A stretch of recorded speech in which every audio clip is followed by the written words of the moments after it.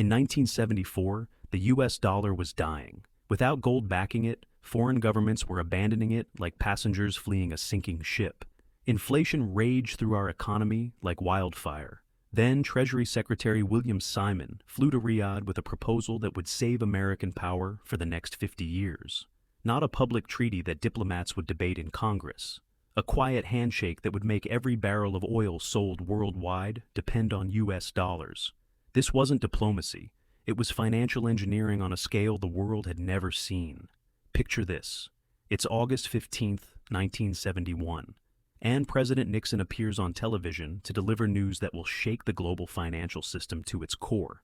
"I am today suspending temporarily the convertibility of the dollar into gold," he announces. What sounds like boring monetary policy is actually America ripping up the financial rulebook that had governed the world since World War II. For 27 years, our dollar had been as good as gold, literally. Foreign governments could walk into any Federal Reserve Bank and exchange their dollars for actual gold bars at $35 per ounce. This gold standard gave our currency rock-solid credibility. When you held a dollar bill, you weren't just holding paper. You were holding a promise backed by the largest gold reserves on Earth. But by 1971, that promise had become impossible to keep. We'd been printing dollars faster than we could mine gold to back them up. The Vietnam War was costing us billions every month. President Johnson's Great Society programs were expanding government spending to unprecedented levels. Foreign governments started getting nervous, demanding gold for their dollars. France's President Charles de Gaulle famously called our dollar an exorbitant privilege and began converting France's entire dollar reserves to gold. The gold was flowing out of Fort Knox like water through a broken dam. In 1950, we held over 20,000 tons of gold, more than the rest of the world combined.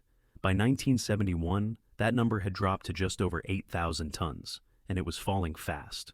Nixon faced an impossible choice: either raise taxes and cut spending dramatically to defend the gold standard, or abandon gold entirely and hope the dollar would somehow retain its value. He chose to abandon gold, and the consequences were immediate and devastating. Foreign finance ministers watched Nixon's speech with growing alarm. If the dollar wasn't backed by gold anymore, what exactly was it backed by? The answer was nothing more than America's promise to accept dollars for taxes and debt payments. For the first time in modern history, the world's reserve currency was backed by pure faith rather than hard assets. That faith began cracking almost immediately. The German mark surged 20% against the dollar within weeks. The Japanese yen jumped 17%. Central banks that had accumulated billions in dollar reserves watched their wealth evaporate in real time. They started dumping dollars in massive quantities, scrambling to buy German marks, Swiss francs, anything that seemed more stable than American paper. By 1973, our economy was in freefall. Inflation hit 8% and kept climbing. The cost of everything from groceries to gasoline was exploding. Your parents probably remember those gas lines stretching around city blocks, cars overheating as drivers waited hours to fill their tanks. That wasn't just about oil supplies. It was about our weakening dollar making everything more expensive. The 1973 Arab-Israeli War triggered the OPEC oil embargo that October. Arab nations stopped shipping oil to countries supporting Israel, including the United States. Oil prices quadrupled virtually overnight, from $3 per barrel to over $12. But here's what most people don't realize. The embargo wasn't just about oil supplies. It was about oil-producing nations rejecting payment in increasingly worthless dollars. Picture Treasury Secretary William Simon sitting in emergency meetings throughout 1973 and early 1974, watching economic reports that grew more alarming by the week. Inflation was approaching double digits. Our trade deficit was exploding as imports became more expensive and exports less competitive. The Smithsonian Agreement we'd signed in 1971 to manage currency fluctuations after abandoning gold was collapsing as countries abandoned their dollar pegs.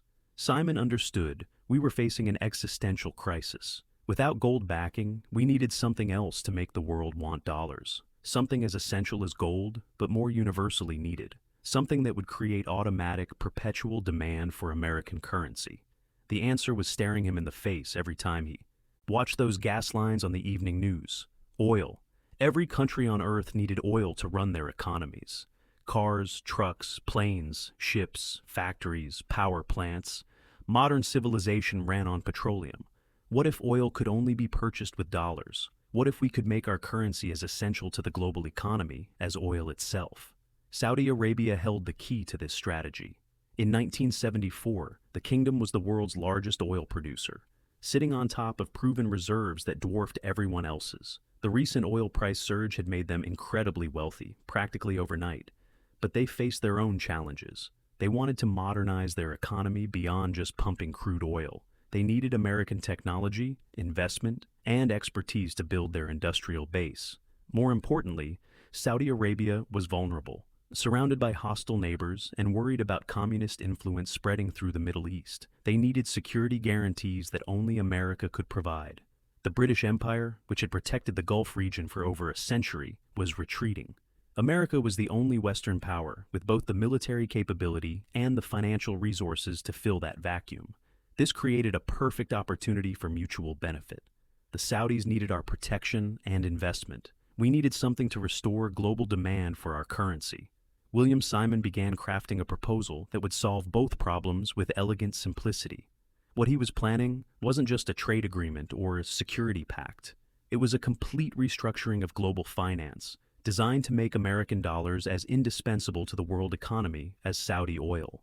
The foundation would be built not on gold reserves or military conquest, but on the simple reality that every nation needed energy to survive. The stage was set for a handshake that would reshape the world. June 8, 1974. In a palace conference room in Riyadh, Treasury Secretary William Simon sits across from Saudi Finance Minister Prince Musaid bin Abdul Rahman. The air conditioning hums against the desert heat outside, but the real energy in the room comes from the magnitude of what they're about to agree upon. This isn't just another diplomatic meeting. This is the moment America trades its gold-backed currency for something even more powerful, a system that would make every drop of oil sold worldwide flow through American banks. The official document they signed that day is called the U.S.-Saudi Joint Commission on Economic Cooperation. To anyone reading the public version, it looks like standard diplomatic language about technology transfer, infrastructure development, and mutual investment opportunities. American companies would help Saudi Arabia build roads, hospitals, and telecommunications networks. Saudi Arabia would purchase American goods and services with their newfound oil wealth. But the real agreement, the one that would remain classified for 42 years, was far more ambitious.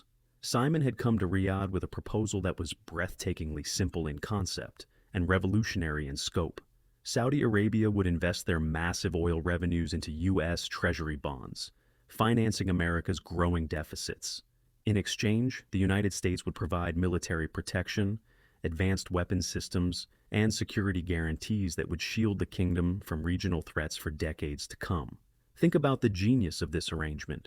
Every time Saudi Arabia sold oil, they accumulated billions of dollars. Instead of converting those dollars to other currencies or buying gold, they would lend that money back to the American government by purchasing treasury bonds.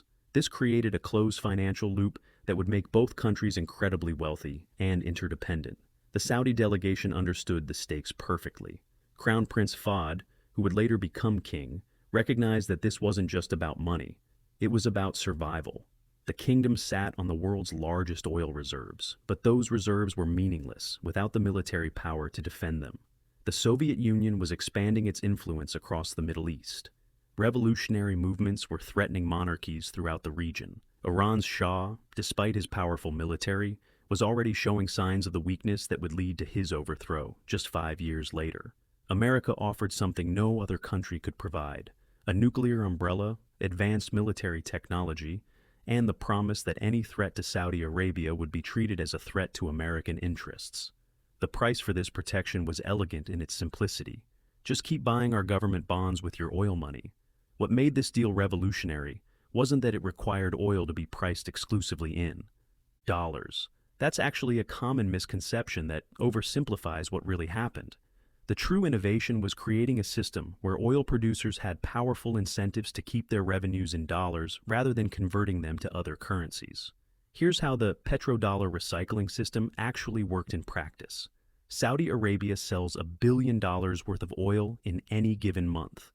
Those sales happen in dollars not because of some contractual requirement, but because dollars had become the preferred currency for international oil trading. The global oil market had naturally gravitated toward dollar pricing because America was still the world's largest oil consumer, and the dollar remained the most liquid international currency. But here's where the real magic happened. Instead of taking those $1 billion and converting them to German marks or Japanese yen, Saudi Arabia would invest $800 million of those dollars directly into U.S. Treasury securities. They'd keep maybe $200 million in cash for immediate expenses and domestic spending. This meant that roughly 80% of all oil revenues were flowing right back into American government debt. The mathematical elegance was stunning. Every time oil prices went up, more money flowed into U.S. treasuries.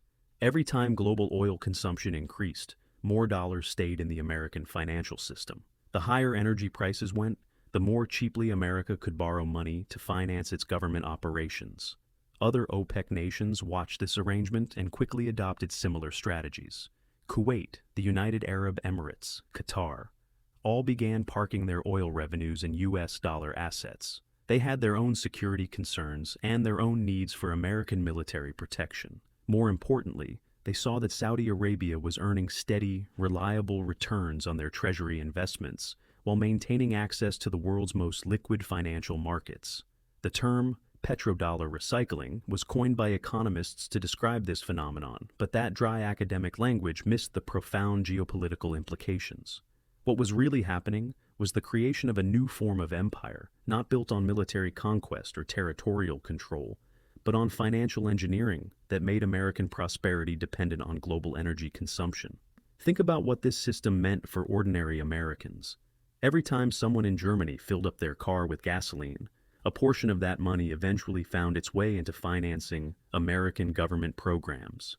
Every time a factory in Japan purchased heating oil, they were indirectly helping to keep American interest rates low.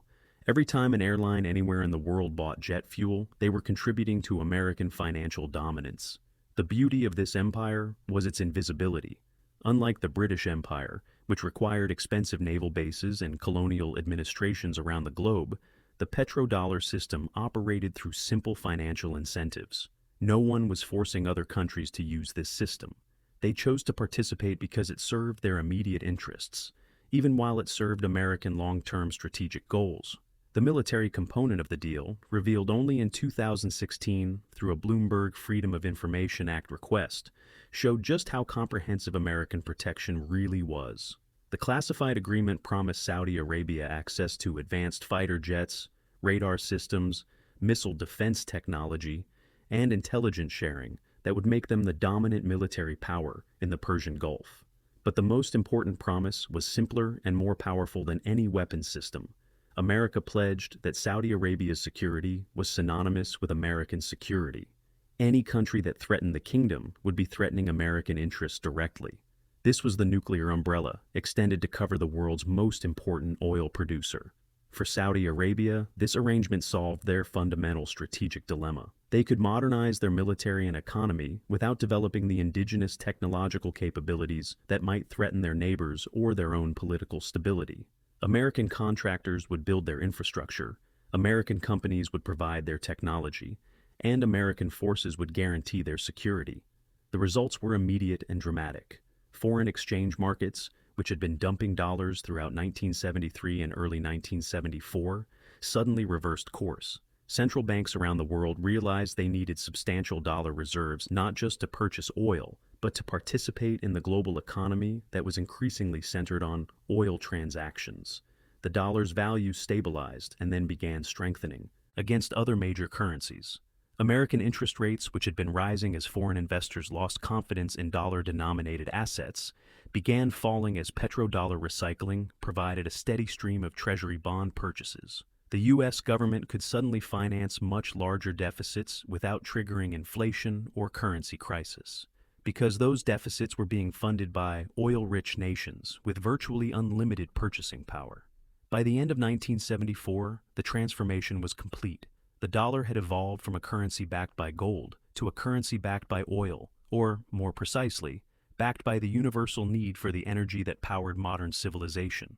Every country needed oil, which meant every country needed dollars, which meant every country needed to hold U.S. Treasury bonds as reserves. This wasn't just financial engineering, it was empire building through economic architecture. For the next 50 years, this system would allow America to print money, run deficits, finance wars, and fund social programs on a scale that would have been impossible under any previous monetary arrangement. The handshake in Riyadh had created something more durable than military conquest, a global financial system where American prosperity was literally built into the structure of international trade. But empires built on handshakes can be unmade by handshakes. In March 2024, a quiet news report buried in the financial press sent shockwaves through treasury departments around the world. Saudi Arabia had accepted payment for oil shipments in Chinese yuan, Indian rupees, and euros. Not exclusively, the dollar was still involved in most transactions. But for the first time since 1974, the kingdom was systematically diversifying away from the currency that had made American financial dominance possible. This wasn't a sudden rebellion or dramatic break with 50 years of policy. Saudi Crown Prince Mohammed bin Salman announced the shift matter-of-factly during a Bloomberg Economic Forum, treating it as simple business diversification rather than geopolitical revolution. But make no mistake, this quiet announcement represented the beginning of the end for the system that William Simon had engineered 5 decades earlier. The cracks in the petrodollar empire had been growing for years, but most Americans never noticed them. We were too focused on domestic political battles and social media controversies to pay attention to boring news about central bank currency reserves and bilateral trade agreements. But if you knew what to look for, the signs were unmistakable. In 2023, Saudi Arabia officially joined BRICS, the economic alliance of Brazil, Russia, India, China, and South Africa, that was explicitly created to reduce dependence on American-dominated financial systems. The kingdom maintained that this was simply about expanding trade relationships, but the symbolism was impossible to ignore. Countries representing over 40% of global population and 30% of world GDP were actively building alternatives to dollar-based international commerce. The reasons for Saudi Arabia's gradual pivot away from exclusive dollar dependence are brutally simple and entirely logical. America no longer needs Middle Eastern oil the way we did in 1974. The shale oil revolution has made the United States not just energy independent, but actually a net energy exporter. We're now competing with Saudi Arabia to sell oil to the same customers that we used to buy from. Meanwhile, China has become Saudi Arabia's largest oil customer, purchasing more Saudi crude than the United States every single month. When your biggest customer wants to pay in yuan rather than dollars, and when that customer represents the world's second-largest economy with the fastest-growing middle class on the planet, you start taking their currency preferences seriously. The military protection that formed the backbone of the 1974 agreement has also become less valuable to Saudi Arabia. Our military focus has shifted away from the Middle East toward competition with China and Russia. The kingdom watched us withdraw from Afghanistan in chaos, struggle with Iranian proxy forces across the region, and generally signal that we consider the Persian Gulf less strategically important than it used to be. Saudi Arabia's Vision 2030 economic plan, designed to diversify their economy away from oil dependence, requires massive infrastructure investment and technology transfer from multiple global partners. China offers high-speed rail systems, renewable energy technology, and digital payment infrastructure that rivals anything America can provide. The European Union brings advanced manufacturing and green technology capabilities. India represents a massive market for Saudi petrochemical exports. Depending exclusively on American technology and American financial markets has begun to look less like smart strategy and more like dangerous vulnerability. The kingdom learned important lessons. Watching American sanctions devastate Russia's economy after the 2022 invasion of Ukraine. Within days of imposing sanctions, the United States and European allies froze hundreds of billions of dollars in Russian central bank reserves, cut Russian banks out of the SWIFT international payment system, and made it virtually impossible for Russia to use dollars for international trade. Saudi officials realized that having most of their wealth tied up in dollar-denominated assets made them vulnerable to similar treatment if American foreign policy priorities ever shifted. Diversifying currency holdings wasn't anti-American. It was basic risk management for a country that wanted to maintain sovereignty over its own economic decisions. The mathematical foundation of the petrodollar recycling system has been crumbling steadily since 2020. Foreign holdings of U.S. Treasury securities peaked at over $7 trillion in 2021 and have been declining ever since. China, Japan, and Saudi Arabia, the three largest foreign holders of American government debt, have all become net sellers of Treasury bonds over the past 3 years. This means the Federal Reserve has increasingly become the buyer of last resort for American government debt. When foreign central banks stop purchasing our Treasury bonds in massive quantities, our own central bank has to step in and create new money to finance federal deficits. This is exactly the kind of money printing that leads to persistent inflation and currency devaluation. You've probably noticed this in your daily life without realizing the connection. Grocery prices, housing costs, and energy bills have all increased faster than official inflation statistics suggest. Part of this reflects genuine supply chain disruptions and pandemic-related economic distortions. But part of it reflects the declining international demand for dollars that's forcing more of our newly created money to circulate domestically rather than being absorbed by foreign central banks.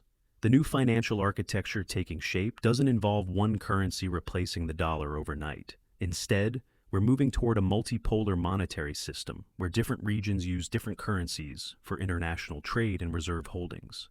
China's Shanghai International Energy Exchange has been offering oil futures contracts priced in yuan since 2018, with the unique feature that these contracts can be converted directly to gold rather than dollars. This creates an alternative path for oil transactions that bypasses American financial systems entirely. Trading volumes on these yuan-denominated contracts have grown steadily, especially among Asian refineries and Chinese state-owned enterprises. The mBridge digital currency project represents an even more fundamental challenge to dollar dominance. This central bank digital currency platform, developed jointly by China, Saudi Arabia, the United Arab Emirates, and Thailand, allows direct payments between central banks without using dollars or the SWIFT messaging system that America controls. Early pilot transactions on mBridge have successfully processed international trade payments, cross-border remittances, and even some energy transactions. The system is designed to be faster, cheaper, and more transparent than traditional correspondent banking networks that route everything through American financial institutions. Central banks around the world have been accumulating gold at record pace since 2022, purchasing over 1,000 tons of gold in both 2022 and 2023, the highest levels in over 50 years. This isn't coincidental. Gold represents the ultimate hedge against currency instability and the ultimate backup plan for countries worried about being cut off from dollar-based payment systems. The transition away from dollar dominance won't happen overnight, but it's already well underway. Regional trading blocs are increasingly settling transactions in their own currencies. The European Union and China have established direct euro-yuan trading mechanisms that bypass dollars entirely. India and Russia have developed rupee-ruble payment systems for energy transactions. Even traditional American allies like South Korea and Australia are exploring local currency arrangements with their major trading partners. For Americans, this transformation will bring both challenges and opportunities, but mostly challenges that we're not prepared to face. The era of exporting our inflation to the rest of the world is ending when foreign central banks stop. Absorbing excess dollars, those dollars return to our domestic economy, pushing up prices for everything from housing to healthcare. The era of financing government deficits through foreign savings is also ending. If Saudi Arabia, China, and Japan stop buying treasury bonds in massive quantities, our government will have to either raise taxes, cut spending, or accept higher interest rates that make borrowing much more expensive. Most importantly, the era of using financial sanctions as a primary tool of foreign policy is ending. When other countries can trade, save, and invest without using dollars or American banks, our ability to isolate regimes we disapprove of diminishes dramatically. This isn't necessarily catastrophic for America, but it does require us to live within our means for the first time in half a century. We'll need to export goods and services that other countries actually want to buy, rather than exporting pieces of paper that other countries feel obligated to hold.